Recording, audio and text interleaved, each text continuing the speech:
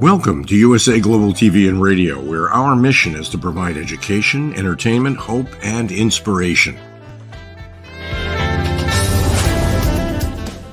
USA Global TV and Radio connects you with experts and audiences all around the world every single day to help you succeed in business and to live a richer life. Visit us at usaglobaltv.com to learn about career and life-changing training and mentoring programs like the Listening Mentor. Subscribe to our newsletter to stay informed about our special programs and offers. Discover how you can become a guest on one of our shows or a host or producer of a USA Global TV and Radio show of your very own.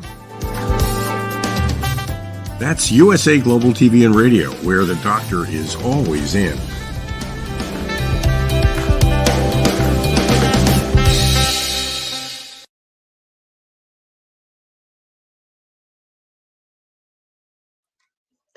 Hello, USA Global TV viewers and listeners, and welcome back to another episode of Talking Heads. I am your host, Mariska du Preez, and today's topic is all around difficult conversations. Yes, we're going to discuss 3 tips for successful conversations when it comes to those ones that we typically rather would like to enjoy avoiding. Of course, avoiding is not one of those strategies. So we will definitely look at strategies to have successful conversations within that space. And as leaders, whether we are a brand new leader stepping into this leadership space, or whether we are a seasoned leader stepping further into our leadership space, this is one of those things that is really, really important for us to know how to do well. Because luckily, we don't do it every day, but when they do come up, we want to ensure that we are able to have a difficult conversation with a productive, nurturing outcome as far as possible. And yes, they are difficult for a reason. Now, typically with difficult conversations, a thing that we need to take into consideration is as well the emotional impact, not only of the conversation on the participants, which is us, as well as the person that we're talking to, but also the larger system. Because if that conversation didn't go as well and we didn't have a really effective, difficult conversation, it can definitely impact the rest of our team or the larger system as well. So there is a lot of reasons why doing this piece really well is very, very important.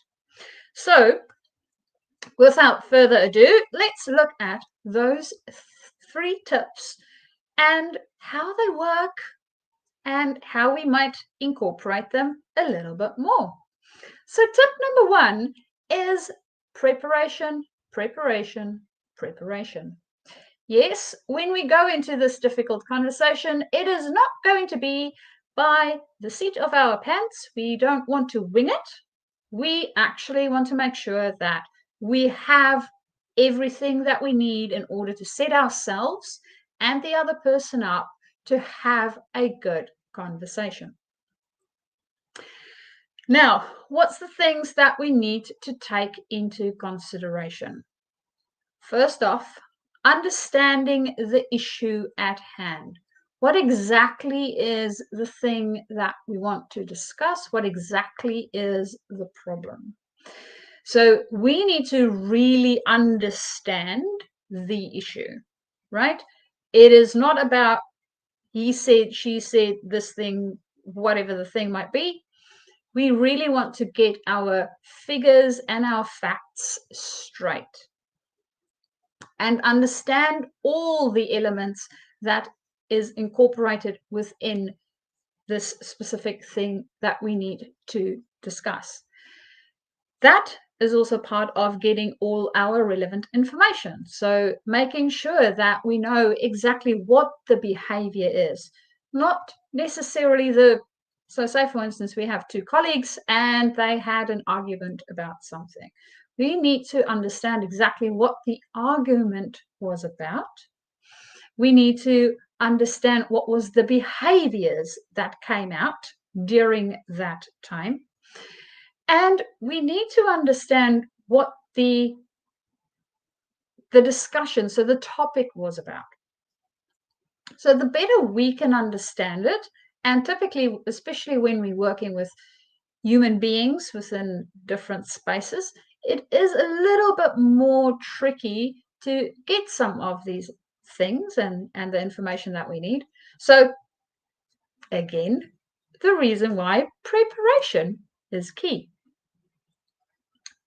The next thing that we also need to take into consideration there is to really clarify our own thoughts and our feelings about the situation and what happened. The better we clarify it for ourselves as to how we think and feel about it, the easier it is to have this conversation. Remember, when we have a difficult conversation, emotions typically are already going to go all over the place. And we don't want ours to contribute to that. So we need to make sure that we understand the facts, not necessarily make up our minds as to what we want to have as an outcome, at least understand what it is that happened well enough in order for us to prepare ourselves in our thinking and feeling. Then what we also want to take into consideration is anticipating the response this other person might have. Now, we may or may not have worked with this person for a while. We know, hopefully, how they would typically react to any said situation. So we can have a good idea or a good hypothesis of what might happen once we bring this thing up. So understanding how they might react, the type of responses they will help us to also prepare. And we really want to make sure that we keep this space open and keep both of us on a above the line creative space as far as possible within this conversation. Now, you might think, you want me to do what? Yes. Creative helps us to think through the problems. It helps us to actually see different points of view. If we go into our own blocking stance, so the person might respond, we open the conversation, the person responds, and they start to attack us. That's their response of feeling threatened. Now, if our first response is to put up a block in front of us, a little shield, of course they will attack more. And then once we've put on the shield, literally our ears close. We don't listen anymore. We don't hear anything that other person is saying. We don't even try to understand anymore because our own shield is up.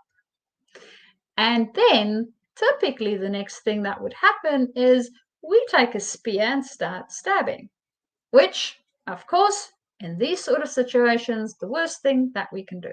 So we don't want to be doing that. We want to be open and we want to be prepared for whatever it is that we think they might throw at us. So we can stay with our shields lowered and as open to this conversation as possible.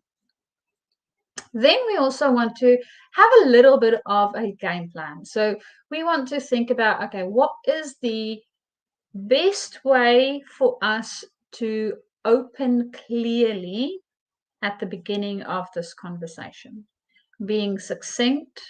And this is part of why we need to really understand what this is about. So we want to put as much clarity in the beginning of the conversation as possible. Of course, we want to make sure that the conversation is as open as possible, and come in with I want to understand into the space, not I'm going to attack you into the space. Because if we are going to enter the space with I want to attack you and I think you are wrong, already in the back of our mind, even before we opened our mouths, it is going to transmit to the other person. So we want to make sure that we are calm and open to whatever it is that they're going to bring. So that's the first one. We want to make sure that we prepare. Secondly, and I've touched on this a little bit throughout, is active listening. Listening is in general, in all conversations, really, really important. In this conversation, it almost goes to the next level. We need to make sure that we listen in order to understand, not to reply. They will say things, they will state their case, they will want to convince us of what it is that happened for them. And we need to be able to listen to what they say. Practice our active listening skills. Now, when we are practicing our active listening skills, one of the things that we also need to take into consideration is when they are stating their case, we do not want to interrupt them. We do not want to jump to solutions or conclusions. We want to listen to what they say and make sure that we clarify our understanding of what they are bringing to the table. We want to clarify that in order for us to work towards a solution together, not a solution that we came up with in our own heads, but a solution that we both came up with together. So those are the things that we need to bring into our listening. And another thing that we need to bring into our listening is that curiosity. Now, how do we bring curiosity in?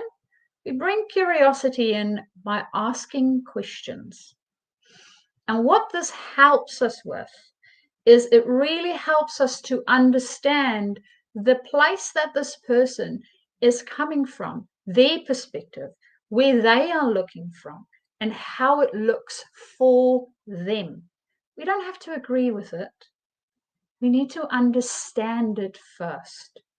Because if we understand it, then we can start to help and work with that. If we don't understand it, there's nothing we will be able to do, and both people will start to have their shields up. And that's definitely not going to be a very fruitful conversation. So we want to have open questions. Please, please, please, when you ask a question, I have made a specific video around questions and how they work. The why question will only bring you reasons. The why question will also bring up the other person's shield. They will bring that up faster than you can bat your eyes. Please use all other questions, open-ended questions, and not the why question. Why questions are great when we are trying to do risk assessments and risk analysis, wonderful for that. In a difficult conversation, they are not our best friend. So we really want to take the why question and put it on the shelf somewhere and leave it there, because the only thing it will bring is it will bring that person's defenses, and it will bring a whole host of reasons that's not going to help us whatsoever. So focusing on questions around the what's, the how's, the when's, the where's, the who's, That makes sense. The whys, we don't want to listen to the whys because it only gives us a reason, which does not necessarily help the situation whatsoever. So, open-ended questions are key, bringing our curiosity really to cultivate the understanding of what exactly it is that happened, how it happened, and what it is that we might be able to do to resolve this issue, get to a solution. So that is our active listening piece. Then the next piece that we need to take into consideration is a constructive environment. Now, I've touched on this during the preparation piece already. When we think about our environment, it's really how we set that space up. And it's not only the physical space. So when we do our preparation, we need to think about an environment where we can have this conversation that has a physical calming effect.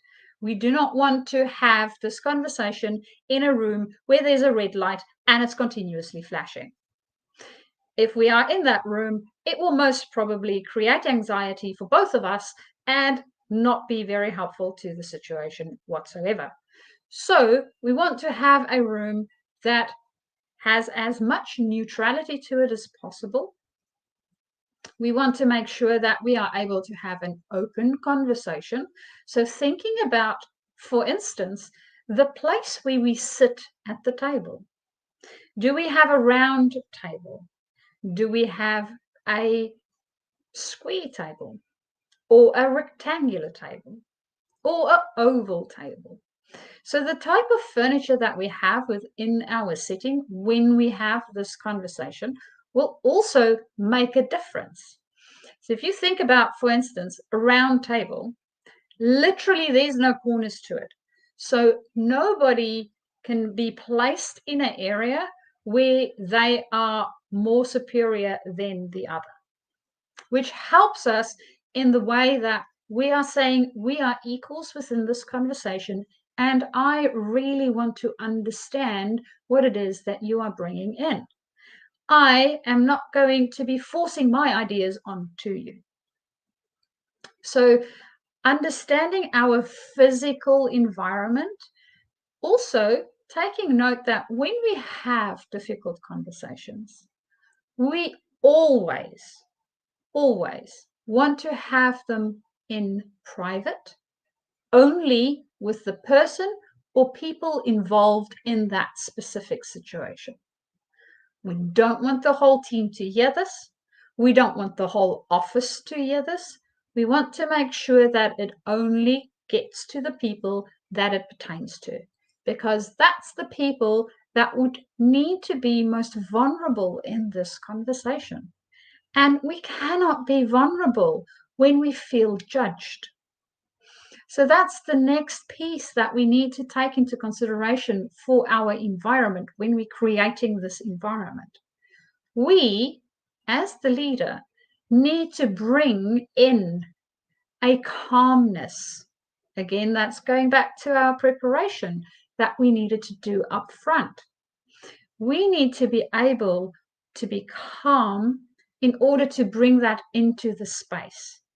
We need to be able to listen without judgment, to understand, enable this in the space. If we are not in a space where we can truly say, you know what, I want to understand what it is that's going on here, we are not bringing all of that into the space. And the other person will know that. The other person will sense that. We are very well attuned human beings, and we all understand when we are under threat. It is one of those things that we developed really, really well early on already. So our amygdala will tell us if this person or this environment feel threatening, of course my shields are going to go up. I'm not going to listen. I'm going to be defending all the time. And that is not helpful for getting a productive outcome. So we want to make sure that we bring into this environment only the things that is going to be helpful for us to have a good conversation. So looking at our physical environment, we want to be looking at what we bring in emotionally and our own thinking. We also want to make sure that when we have this discussion, we focus on very specific behaviors. We don't want to be focusing on any feelings or anything that we hypothesize or have expected or have not put into writing and was very clear. We want to be focusing on the behavior, exactly how it looked like, and we want to focus on the facts. That's the only pieces that we are going to bring into this space. If there is something around a emotion or a feeling that is coming up for us, then we own it. If that's the thing that we need to discuss, we need to own it and say, I. So we use I statements. I feel this way. I feel that way. So it's my feelings, no one else's. It's my perspective, no one else's. And they may or may not agree with that. And that's fine because it's still mine. And they have their own. And that's fine too. That's why we are having this discussion in order for us to actually create a little bit more clarity around it and seeing how we can work together to get a good solution. So we want to take into consideration our behaviors and remember our I statements when it comes to emotions and feelings. Then we also want to collaboratively come up with a mutually agreed outcome or solution. The reason why we want to do this as a collaboration, as opposed to me telling the person or the leader telling the person, is because when we come up with that collaborative approach to it, it makes it a lot easier for the person to buy into it. This is already an emotionally charged environment. In an environment like that, to convince another person that we have the right idea is very, very difficult. So we want to make this as easy as possible. And the way to make it as easy as possible is to have a collaborative approach and using our open-ended questions to find out what they think would be the best way for us to proceed in order to get to an outcome that's favorable for everyone. And that way, we can collaborate around how that's going to look like and then agree on what the action steps will be. And this, of course, is one of the things that we also want to capture within our conversation. We want to make sure that we are very clear around what's the action steps and what's the things that we are going to do next in order for us to move past whatever the thing is that we are learning from.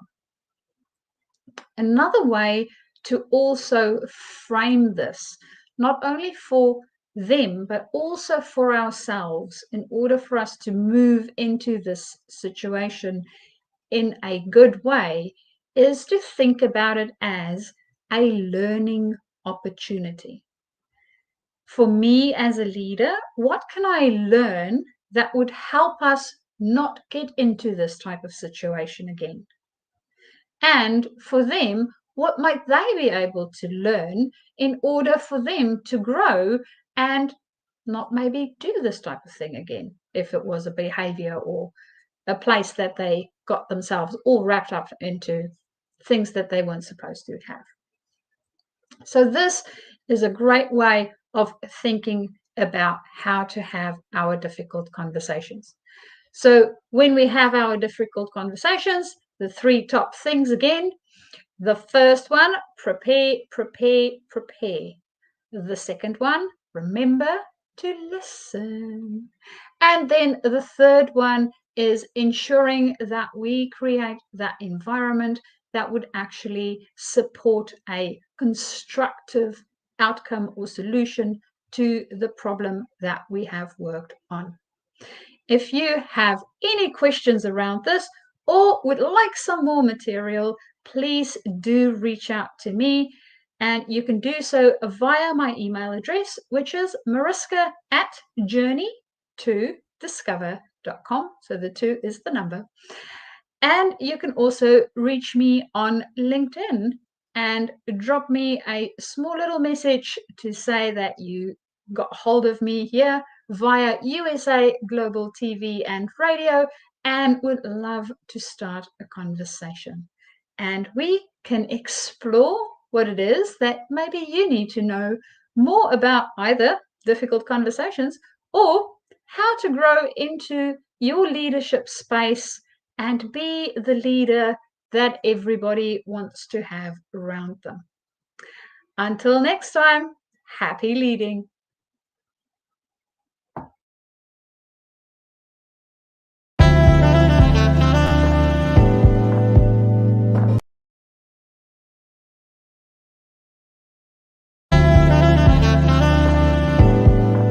Welcome to USA Global TV and Radio, where our mission is to provide education, entertainment, hope, and inspiration.